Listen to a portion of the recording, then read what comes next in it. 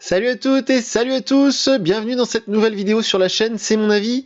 Aujourd'hui je vais vous parler d'un smartphone, je vais vous parler du Xiaomi Mi 9. Alors si vous n'êtes pas encore abonné à la chaîne, je vous conseille de le faire, comme ça vous auriez pu voir, vous avez peut-être d'ailleurs déjà vu notre vidéo de déballage de ce Xiaomi Mi 9, qui est en fait le haut de gamme, le smartphone le plus perfectionné du constructeur chinois Xiaomi à l'heure actuelle. Il succède au Mi 8 et au Mi 8 Pro, qui sont les deux seuls Xiaomi que j'ai pas eu l'occasion de tester depuis que la marque a débarqué en France en mai 2018. Donc ce petit Xiaomi, qui est pas si petit d'ailleurs, que j'ai reçu maintenant il y a une semaine, le fameux Xiaomi Mi 9 dans sa version 64 Go en bleu Aurora, Blue Aurora, je sais plus comment il l'appelle. Donc je l'ai utilisé pendant une semaine à titre perso, donc c'est mon téléphone principal. Si vous avez déjà vu des vidéos de notre chaîne, en fait, je fais un petit récapitulatif rapidement. Donc je commande des téléphones, nous achetons les téléphones avec nos propres moyens, nous ne les faisons pas offrir, on ne se les fait pas prêter, et on utilise donc, en tout cas j'utilise donc à titre personnel ce téléphone, en tout cas comme tous les autres que j'ai testés, et je viens vous dire ce que j'en ai pensé. Et donc après une semaine d'utilisation, ce Xiaomi Mi 9, pour moi c'est du bon, voilà, il est réussi, c'est du spoiler, après je vais rentrer dans les détails, je vous spoil un peu la fin de la vidéo, mais en fait en gros j'ai beaucoup aimé ce Xiaomi Mi 9, pour moi il est très réussi, il y a quelques petits défauts, je vais vous en parler juste après, mais c'est vrai que dans la globalité c'est un excellent smartphone. Pour moi c'est le meilleur de chez Xiaomi depuis que j'ai l'occasion de tester les smartphones Xiaomi. J'avais testé donc le Mi Mix 2, le Mi Mix 3, alors pour le coup le Mi Mix 3 il est encore en vente, et pour moi il est au même prix d'ailleurs que ce Mi 9, et pour moi le Mi Mix 3 il est bien moins bon que ce Mi 9. Je vais y revenir dans un instant. Voilà, donc pour ceux qui n'ont pas le temps de regarder la vidéo en entier, c'est du tout bon, j'ai adoré ce téléphone. Voilà, maintenant on rentre dans les détails tout de suite. Donc pour moi on va commencer par les points positifs. Je rappelle d'ailleurs que s'il y a des choses moi que j'ai regretté sur ce téléphone, je dis pas que le téléphone est nul, il est raté, ou que la marque est nulle, ou que la marque est bidon, je sais pas quoi, non, je dis juste qu'il y a certaines choses qui m'ont gêné sur ce téléphone. Ce sera peut-être pas des trucs qui vont vous gêner vous pour votre utilisation, mais moi qui m'ont un peu embêté, et je dis pas que ça va être le cas sur tous les modèles, peut-être que moi parfois j'ai rencontré un souci sur un téléphone et que ça n'arrive que sur celui que j'ai eu, c'est possible. Voilà, donc on va commencer d'abord par les points positifs, par les choses que j'ai aimé, voire adoré sur ce Xiaomi Mi 9. On va commencer tout de suite par le design, qui est pour moi très réussi, c'est un très bel objet, il est magnifique, c'est dur de rendre en vidéo ou en photo. Le design de ce téléphone, il est 1000 fois plus beau en vrai qu'on peut le voir en photo ou en vidéo, ça rend 1000 fois mieux en vrai. Il y a des reflets holographiques partout, c'est superbe. J'avais montré dans la vidéo de déballage, que je vous conseille d'aller voir, il y a une espèce de petit anneau autour du premier capteur ici, je sais pas si vous allez le voir sur la vidéo, un espèce d'anneau holographique, c'est très joli, c'est un tout petit détail, moi je trouve ça vraiment sympa. L'objet en lui-même est très beau, c'est de l'aluminium anodisé tout autour, le châssis il est en aluminium, et l'avant et l'arrière c'est du verre de chez Gorilla Glass, donc du verre traité anti-chute, anti-rayures, etc. Donc pour moi au niveau du design c'est du tout bon, c'est très réussi, il n'y a rien qui m'a gêné au quotidien, au niveau de la conception générale de l'appareil, sauf un petit truc, mais j'y reviendrai dans les points négatifs, en tout cas dans les petits défauts que j'ai trouvé à ce téléphone. Alors sinon, mis à part ce design, qu'est-ce que j'ai aimé sur ce Xiaomi Mi 9? L'écran AMOLED, il est grand, il est lumineux, il est précis, il est fin, il est beau, il est réussi. Voilà, l'écran AMOLED, il est top, il est très réussi, c'est vraiment du tout bon. Rien à reprocher, en plein soleil, on voit bien, il est très lumineux. Quand on est dans l'obscurité, les contrastes, ils sont vraiment infinis, c'est vraiment superbe. L'écran, il est vraiment réussi. Maintenant, ça devient un peu banal de dire ça parce que même un smartphone à 100 €, l'écran il est sympa parce que maintenant voilà, faire un bel écran ça coûte pas très cher, beaucoup moins cher qu'avant, mais là c'est de l'AMOLED en plus, donc pour ceux qui savent pas ou celles qui savent pas, l'AMOLED ça fait que quand en fait on veut un pixel noir, on éteint le pixel et donc le noir est noir, quoi, il est profond, il est plus rétroéclairé, donc c'est vraiment top, c'est la même technologie que sur les écrans télé QLED ou OLED par exemple, voilà. Donc c'est un écran AMOLED de chez Samsung, il est très réussi et ça fait partie des points positifs de ce téléphone. Ensuite, un truc que j'ai beaucoup aimé sur ce Xiaomi Mi 9, c'est la Quick Charge, la charge rapide. C'est la charge rapide la plus performante que j'ai testée jusqu'à présent. Si vous visionnez cette vidéo et que vous voulez voir un petit peu plus à propos de ce Mi 9, je vous conseille de cliquer dans le lien sous la vidéo qui vous emmènera sur le test écrit qui est disponible sur notre site www.cmonavie.eu, et dans le test écrit de ce téléphone, je vais vous mettre un exemple de vidéo que j'ai filmé avec un autre smartphone. J'ai filmé ce téléphone avec un autre smartphone en train de charger, et vous verrez effectivement que l'animation, en plus de la charge rapide qui est très performante, la petite animation qui se déclenche sur l'écran, elle est vraiment chouette. Et donc cette quick charge, cette charge rapide, elle est très efficace. J'ai réussi à peu près à mesurer 2% toutes les minutes. Donc en gros, je l'ai laissé 20 minutes en charge, j'ai obtenu 40%. Voilà. Mais sinon, de toute façon, je le charge le soir, la nuit, quand je me couche, je le branche. Donc là, c'est difficile de constater la quick charge, la charge rapide. Mais quand j'ai fait mon test, j'ai branché, et effectivement, on a 2% par minute de recharge, ce qui est très très bon. C'est très rapide, c'est très agréable, ça peut dépanner. Par contre, effectivement, j'y reviendrai juste après, mais normalement, on n'a pas besoin de le recharger comme ça, puisqu'il tient facilement la journée. Mais ça, je vais y revenir juste après. Donc la quick charge, l'écran AMOLED. Ah oui, alors un truc aussi que j'ai adoré sur ce téléphone, j'avais pas eu l'occasion de tester cette fonctionnalité sur le Mi 8 Pro, parce qu'en fait, cette fonctionnalité du lecteur d'empreintes digitales sous l'écran, c'est pas nouveau chez Xiaomi, ça a été inauguré sur le Mi 8 Pro. Et là, en fait, donc je peux pas comparer avec le Mi 8 Pro, parce que c'est l'un des seuls Xiaomi que j'ai pas encore testé, mais je peux comparer avec le Huawei Mate 20 Pro, qui avait lui aussi un lecteur d'empreintes sous l'écran, et je peux comparer avec le Oppo RX17 Neo, que j'ai testé il y a pas longtemps, vous pouvez voir la vidéo sur la chaîne. Et sur le Oppo RX17 Neo, le lecteur d'empreintes sous l'écran, c'était pas terrible.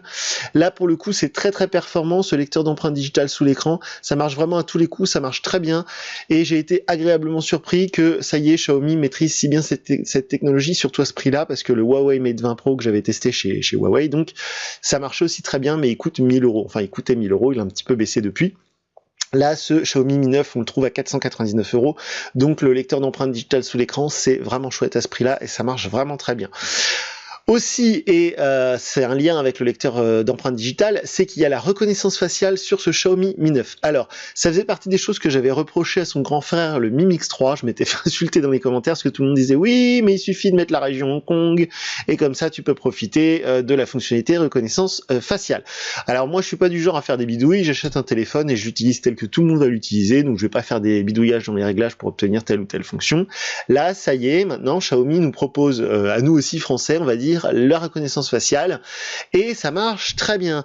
Alors évidemment, c'est pas aussi perfectionné que sur un iPhone par exemple, parce que Face ID, il a un petit projecteur qui fait un peu comme le Kinect chez Xbox, qui fait des petits points sur le visage, donc c'est de la reconnaissance faciale en 3D, donc c'est très sécurisé, plus en tout cas que sur ce Xiaomi. Mais par contre, voilà, moi je suis pas un mania de la sécurité, j'ai rien à cacher sur mon téléphone, je travaille pas au FBI ou je ne sais où, donc du coup, si c'est pas très sécurisé, je m'en fous un peu. Par contre, ce qui est super, c'est que ça marche super bien, même quand je suis pas parfaitement en face du téléphone. Je sais pas si vous voyez là, je suis vraiment genre à 45 degrés, ça marche instantanément, c'est très très très performant. Il y a très peu de temps, il y a 2 semaines de ça, j'ai testé le Xiaomi Pocophone F1, qui est son cousin, on va dire, et la reconnaissance faciale marche aussi très très bien sur le Pocophone F1. Donc ça y est, je pense que c'est vraiment quelque chose qui a été acquis par Xiaomi. La technologie, elle est rodée, elle marche bien. C'est certes moins sécurisé que sur Face ID, mais ça marche très bien. C'est moi en tout cas, c'est ce que je demande au téléphone, c'est que dès que j'en ai besoin, hop, il me reconnaît et il se déverrouille. Donc ça, pour moi, c'est du tout bon aussi.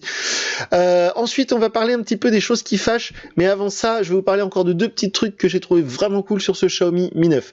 La première chose, c'est l'autonomie. La batterie, quand je faisais ma vidéo de déballage, vous pouvez aller voir la vidéo sur la chaîne, l'autonomie, ça m'inquiétait un petit peu parce que la batterie de ce Mi 9, elle est pas énorme, elle fait pas 4000 mAh, elle fait que 3500-3200 mAh, ce qui est assez petit. En tout cas, maintenant, voilà, on a pris l'habitude de trouver des grosses batteries sur tous les smartphones chinois, en tout cas les smartphones asiatiques. C'est vrai que par exemple le concurrent californien, donc Apple, ils ont l'habitude de mettre des toutes petites batteries de 2000 mAh et puis ils arrivent quand même à obtenir des autonomies qui sont correctes. Là, ça me faisait un petit peu peur, il y a que 3200 mAh dans ce Mi 9 et pourtant ça marche très bien. J'ai pas eu besoin de le recharger une seule fois pendant la journée. Je suis pas tombé en panne de batterie une seule fois pendant toute ma semaine d'essai. Donc c'est réussi, voilà, c'est ce qu'on demande en fait, hein. Après en fait, j'ai envie de dire que le nombre de milliampères, la quantité de milliampères qu'il y a sous le châssis, sous le capot, on s'en fout un peu. Ce qui est l'essentiel pour nous utilisateurs, c'est qu'on puisse tenir la journée sur la batterie. Et moi, même si je m'en suis servi très intensivement, j'ai pris beaucoup de photos, j'ai été beaucoup sur internet, j'ai même installé quelques jeux, etc. J'ai passé des appels, des SMS, enfin bref, je m'en suis servi comme vous allez vous en servir certainement. Eh bien, la batterie ne m'a pas fait défaut, elle tient la journée, il n'y a pas de souci. En plus, comme je disais au début de la vidéo, il y a la charge rapide, la quick charge, donc si vraiment vous avez oublié de le charger la nuit par exemple, hop, un petit coup de chargeur, on le charge une demi demi-heure, vous avez 50% en gros, donc c'est vraiment très réussi, cette charge rapide, et la batterie, en tout cas la gestion de la batterie marche très très bien sur ce Xiaomi Mi 9. Je pense, ce qui participe à la bonne autonomie, c'est l'écran AMOLED, parce que les écrans AMOLED consomment beaucoup moins que les écrans LCD classiques. Ensuite, une dernière chose, avant de passer aux choses qui fâchent, une dernière chose que j'ai adoré sur ce Xiaomi Mi 9, ce sont les photos. Alors ça fait aussi partie des petits défauts, des choses que je vais lui reprocher, on va y venir juste après, mais j'ai adoré les photos sur ce Xiaomi Mi 9 parce qu'elles sont toutes superbes, les photos normales je dirais, c'est-à-dire que quand vous ouvrez votre application photo, vous tombez sur, en bas vous voyez il y a plein de possibilités, il y a 48 mégapixels, il y a plein de choses, il y a le mode nuit, le mode panorama, mais le mode par défaut c'est photo, ça utilise le capteur principal et ça marche très bien. Donc c'est ce qu'on lui demande, c'est ce qu'on demande à un téléphone, en tout cas moi c'est ce que je demande d'un téléphone, c'est-à-dire que quand je veux prendre un truc en photo, eh ben je lance l'application, hop, c'est prêt à shooter, on shoot et la photo elle est à chaque fois très réussie, même en intérieur. Allez voir mon test écrit sur le site, il y a le lien en dessous de la vidéo, vous verrez, j'ai mis des exemples de photos que j'ai pris avec ce Xiaomi Mi 9, elles sont vraiment toutes très réussies, les lumières sont belles, les couleurs sont belles, c'est vraiment, voilà, le capteur photo il est bon, c'est voilà, c'est maîtrisé, c'est acquis, c'est ok, c'est très bon. Je vais ensuite, hop, on va basculer, hop, dans la partie un peu des choses que je reproche à ce téléphone. Là, on a dit plein de trucs positifs, plein de trucs cool. Alors, de toute manière, rassurez-vous, le téléphone, il est très bon. Je vais y revenir à la fin de la vidéo. Je vous conseille de l'acheter si vous hésitiez, etc. Mais, il y a des petites choses quand même. Et donc, cette partie photo, d'un côté, elle est super, et de l'autre côté, il y a des petits trucs que je reproche. Des petits trucs que je reproche, parce qu'il y a donc 3 capteurs sur ce Xiaomi Mi 9. Donc, d'après Xiaomi, il y a l'intelligence artificielle, mais de toute façon, ils nous font tous le coup maintenant avec cette intelligence artificielle qui, soi-disant, enfin, moi, je le dis en passant, ça sert à rien, mais eux, ils nous disent que ça améliore les photos, peut-être. Une chose est sûre, c'est qu'il y a donc 3 capteurs. Il y a un grand angle a priori, il y a un capteur on va dire normal, primaire, et il y a un capteur, en tout cas un mode qui permet de faire du 48 mégapixels.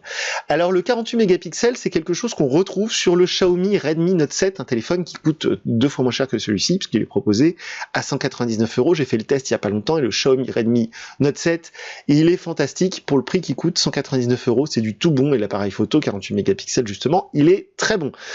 Alors il est très bon aussi le capteur 48 mégapixels de ce Xiaomi Mi 9.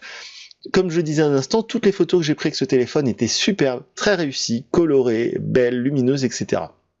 Il y a 2 choses que je reproche quand même à ce triple capteur, c'est qu'il y a soi-disant un grand angle. Alors ça c'est un truc moi que j'ai adoré sur le Huawei Mate 20 Pro. Je suis tombé amoureux du Huawei Mate 20 Pro que j'ai gardé quasiment un mois, c'est très rare, parce que justement il y avait ce capteur grand angle qui était absolument fabuleux. Le capteur grand angle de Xiaomi Mi 9, il me fait penser un petit peu à ces accessoires qu'on peut rajouter, vous savez, il y avait quelques années de ça, quand on avait tous un iPhone 4 là dans la poche, ou un iPhone 5, il y avait des espèces de lentilles qu'on pouvait rajouter, ça existe d'ailleurs peut-être encore, et qui permettait justement un fish eye, un grand angle comme ça, mais c'était un peu factice quoi. Et ça me donne cette impression quand on prend des photos grand angle avec ce Xiaomi, ça me donne pas du tout l'impression que j'avais eu avec le Mate 20 Pro, et avec le Mate 20 Pro on pouvait prendre des photos de très gros plans avec le grand angle, ça faisait des photos superbes. Le grand angle de Xiaomi, ça fait un peu factice, un peu virtuel, j'ai un peu l'impression. Alors la lentille elle est là, la lentille grand angle elle est là, hein, donc c'est pas du faux, mais ça donne un peu cette impression d'être un peu bidon ce grand angle. C'est dommage, c'est dommage. Après on n'est pas obligé de s'en servir. Quand on déclenche l'appareil photo, vous voyez il y a une toute petite icône ici, je sais pas si vous allez la voir en bas à droite, et quand on clique sur cette petite icône, voilà, on passe en mode grand angle. Bon, on n'est pas obligé de s'en servir. De toute façon, quand j'avais fait le test du Huawei Mate 20 Pro, j'avais dit que c'est super ce grand angle, mais que malheureusement, ça se trouve, personne va s'en servir parce qu'il fallait aller dans un mode spécial. Là, ça fait un peu pareil. Il y a une petite icône qui est cachée. Bon, mais une chose est sûre, c'est que celui du concurrent chinois Huawei était plus réussi ce mode grand angle que sur ce Xiaomi Mi 9. C'est peut-être du détail, mais c'est un peu décevant pour moi. Et l'autre petite chose qui m'a un peu donc déçu, c'est pas une déception, c'est plus une interrogation que j'ai eue avec donc ce Xiaomi Mi 9 au niveau des photos, c'est donc ce mode 48 mégapixels, parce que si vous regardez bien, donc en bas vous avez donc photo, et puis juste à côté vous avez donc vidéo, portrait. Alors portrait, maintenant on a l'habitude avec le mode bokeh, c'est-à-dire le mode où l'arrière-plan est flouté, ça marche très bien, mais ça marche sur plein d'autres téléphones moins chers, par exemple son cousin, son petit frère, le Redmi Note 7, mais donc le mode bokeh j'en parle même pas, parce que c'est très réussi maintenant sur quasiment tous les téléphones qui le proposent. Mais alors donc moi ce qui m'intéresse m'interroge, c'est ce 48 mégapixels. Pourquoi proposer un mode primaire et un mode 48 mégapixels? C'est pas le cas sur le Redmi Note 7, sur son petit frère le Redmi Note 7. Le Redmi Note 7, dès qu'on prend une photo, elle est en 48 mégapixels. Et là, je sais pas pourquoi, on a deux possibilités. J'ai pas trop compris la différence. J'ai pris des photos j'ai pris la même photo en mode normal et en mode 48 mégapixels. À l'œil nu, moi, je vois pas de différence. Alors peut-être que certains experts vont me marquer dans les commentaires que je suis un crétin fini, que le 48 mégapixels, c'est plus lourd à stocker, que ça permet des impressions en grand format. Je sais pas, j'en sais rien. Mais moi, pour l'usage que j'en ai des photos, bah, j'ai pas vu de différence et je vois pas trop ce que apporte ce mode. J'ai envie de dire, pourquoi nous avoir mis un mode 48 mégapixels et un mode normal? On aurait dû virer le mode normal et que toutes les photos soient prises en 48 mégapixels. Bon, pourquoi pas? C'est pas un défaut, mais c'est une petite interrogation que j'ai eue pendant toute ma semaine, là, d'essai. J'ai pris des photos, à chaque fois, je dis, alors, je la prends en normal ou en 48 mégapixels, cette photo? Bon, on sait pas trop. Voilà. C'est pas un défaut, mais c'est une petite interrogation que je me suis posée. Voilà. Ça n'enlève rien en qualité de ce téléphone. On va continuer avec les petits défauts que j'ai trouvés. Donc ça, j'en ai parlé. Ah oui, la triple caméra, juste pour finir là-dessus, elle dépasse quand même très fortement, et c'est pas un défaut, mais quand on pose le téléphone bien à plat sur une table, il est vraiment penché. La caméra, elle gêne vraiment. Même un iPhone, parce que depuis l'iPhone 6, c'est comme ça, il y a un petit truc qui dépasse du châssis, mais même un iPhone 6, un iPhone 7 Plus ou 8 Plus, le module photo dépasse moins et gêne moins quand il est posé à plat sur une table. C'est pas un défaut, c'est pas un truc rédhibitoire, mais voilà, c'est une petite chose que j'ai remarqué et que j'ai noté, voilà, donc je vous le dis. Donc le grand angle raté, j'en ai parlé, le mode 48 mégapixels, j'en ai parlé. Alors là, par contre, voilà, alors là, un truc qui est... alors moi, ça m'empêche pas d'adorer ce téléphone, ça ne m'a pas empêché de l'utiliser avec beaucoup de plaisir, ça ne m'a pas gêné dans l'utilisation, quoique. Alors en fait, ce souci, ce défaut, il y a vraiment un bug, un problème, et je suis content parce que pour une fois j'ai trouvé un truc que d'autres sites ont trouvé, que d'autres testeurs ont trouvé et en ont parlé. Donc visiblement il n'y a pas que moi qui ai trouvé ce truc là pour une fois.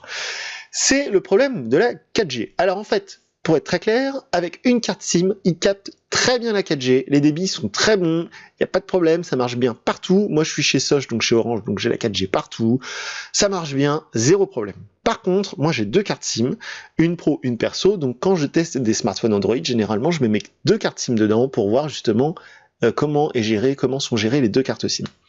Et là, en fait, quand j'ai mis mes deux cartes SIM pendant les 2 premiers jours, je comprenais pas, j'avais souvent des applications qui me disaient pas de connexion internet. Et moi je voyais bien sur mon écran, en haut là, à côté de l'heure, je voyais bien 4G, parce qu'il fait le mode dual 4G, c'est-à-dire que les deux cartes SIM sont connectées au réseau 4G.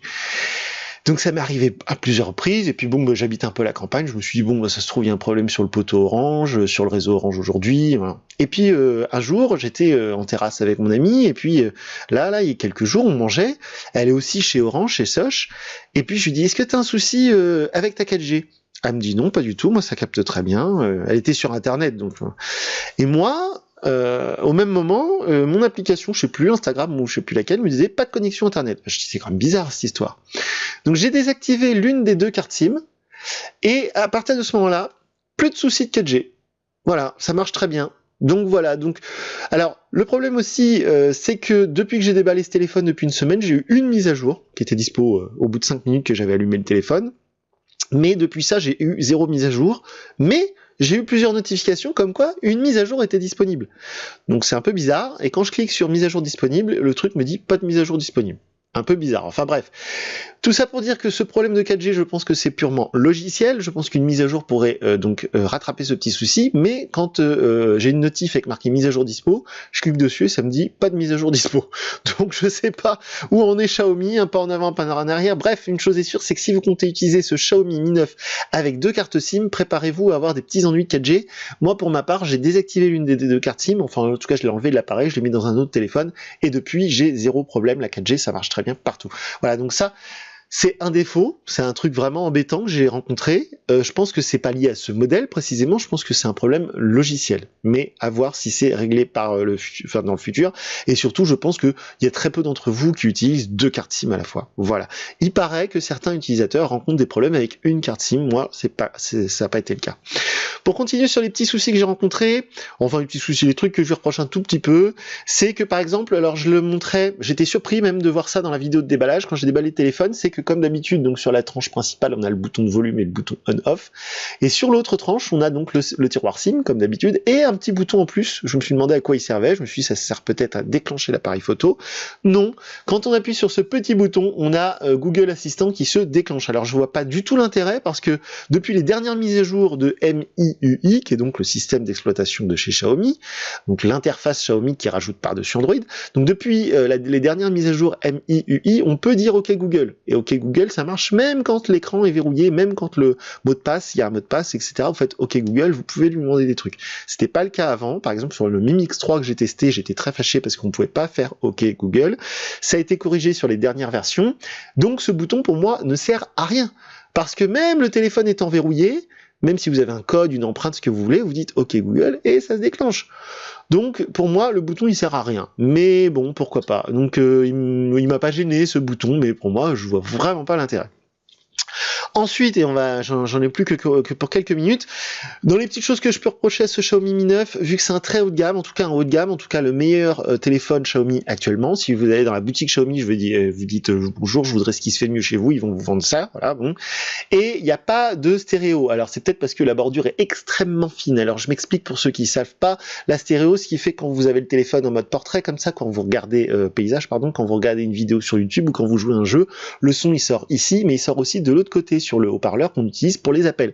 C'est pas le cas sur ce Xiaomi Mi 9, c'est un peu dommage. C'était le cas sur le Pocophone F1 que j'ai testé il y a quelques semaines et j'avais trouvé ça vachement sympa. C'est le cas sur tous les iPhone Plus, donc 6 Plus, 7 Plus, 8 Plus depuis donc le 6 Plus. Donc c'est un petit manque pour moi, une petite chose un peu dommage. C'est pas très grave quand on regarde une vidéo sur YouTube. De toute façon, le haut-parleur il est assez puissant, mais j'aurais bien aimé la stéréo. Bon, peut-être que c'est parce que la bordure est très fine, donc ils ont du mal à intégrer un haut-parleur puissant. C'est possible. C'est pas un gros défaut, c'est un petit truc que j'ai remarqué. Et ensuite, la toute fin, les deux derniers petits défauts que j'ai trouvés, les deux derniers petits trucs que je peux reprocher à ce Xiaomi Mi 9, c'est effectivement qu'il n'y a pas de possibilité de mettre de carte micro SD. Alors moi je m'en fous parce que je stocke je stocke rien dans mon téléphone, moi. J'installe mes applis, je prends des photos, etc. J'ai jamais réussi à remplir un téléphone de 64 Go. Sauf un iPhone, ces iPhones c'est assez particulier, ça se remplit très vite, etc.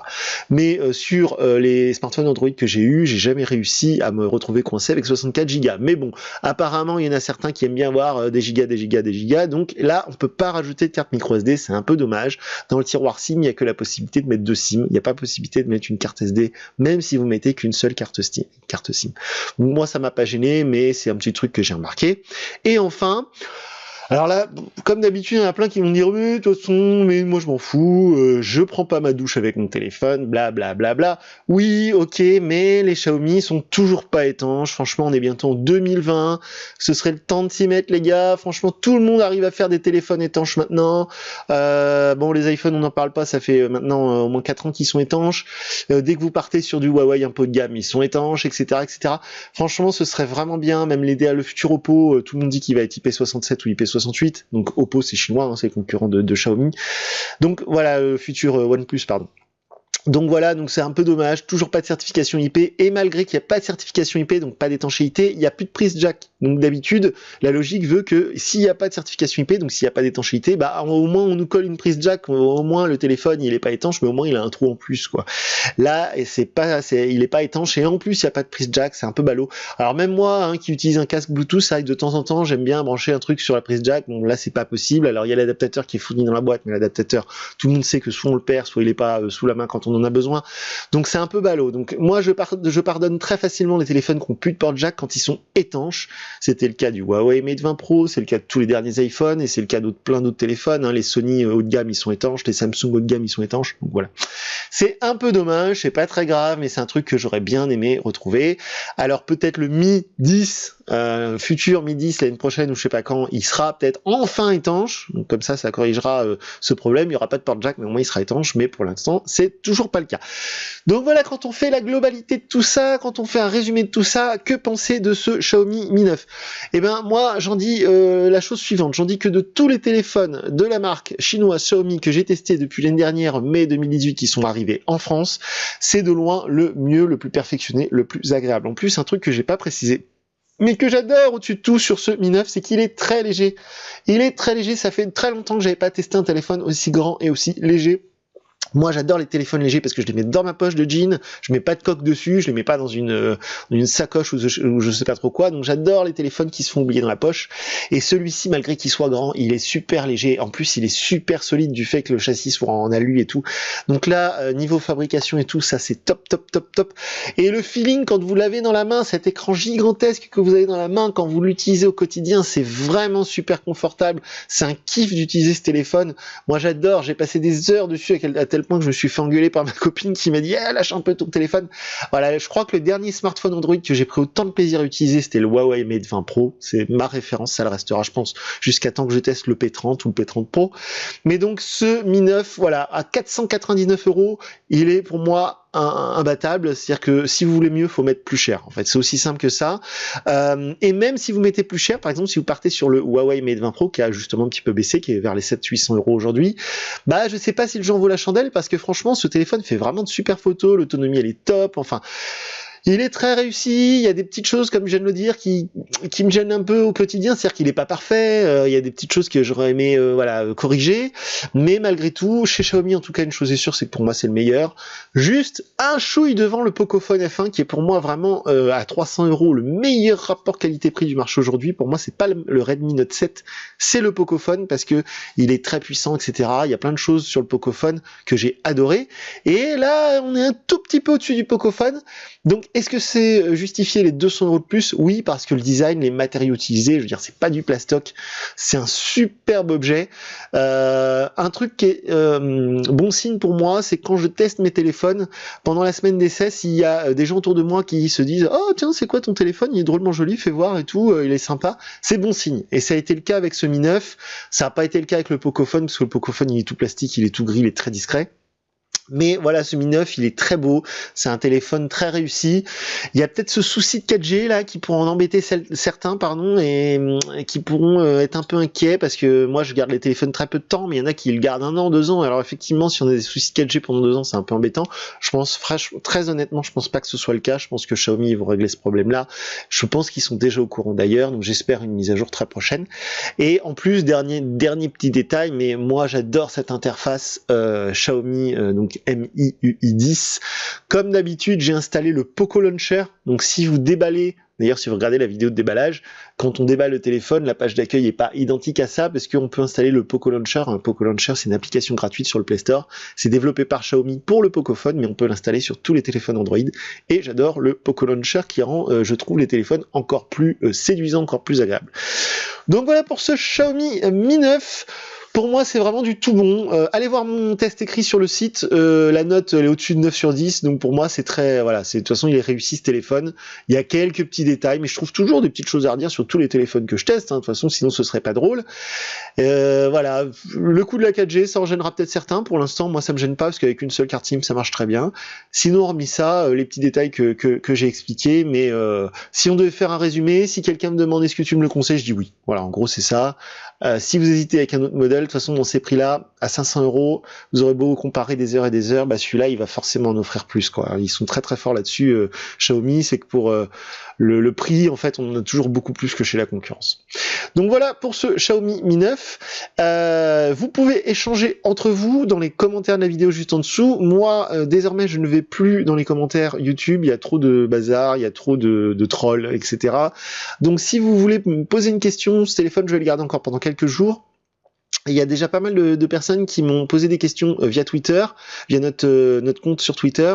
Le compte c'est mon avis, donc je vous conseille d'aller, si vous avez des questions, contactez-moi. Donc soit dans les commentaires sur le site, sur l'article dédié à ce Mi 9, soit via nos réseaux sociaux, j'y répondrai bien volontiers. Si vous voulez que je teste des applis ou des trucs comme ça, des fois il y en a qui me demandent ouais, est-ce que sur telle appli on peut faire ci, est-ce que j'ai pas précisé, mais il y a le NFC, donc on peut faire le paiement sans contact, et il y a la charge sans fil que j'ai pas testé parce que j'ai plus de chargeur QI, il faudrait que j'en recommande un, sûrement celui de chez Xiaomi d'ailleurs, mais il fait aussi charge sans fil. Donc voilà, c'est tout pour moi pour aujourd'hui pour ce Xiaomi Mi 9 que j'ai donc vraiment bien apprécié. Je le garde encore quelques jours parce que vraiment je kiffe ce téléphone, j'aime beaucoup l'utiliser. Je vous dis quant à moi à très bientôt pour une nouvelle vidéo, portez-vous bien, salut!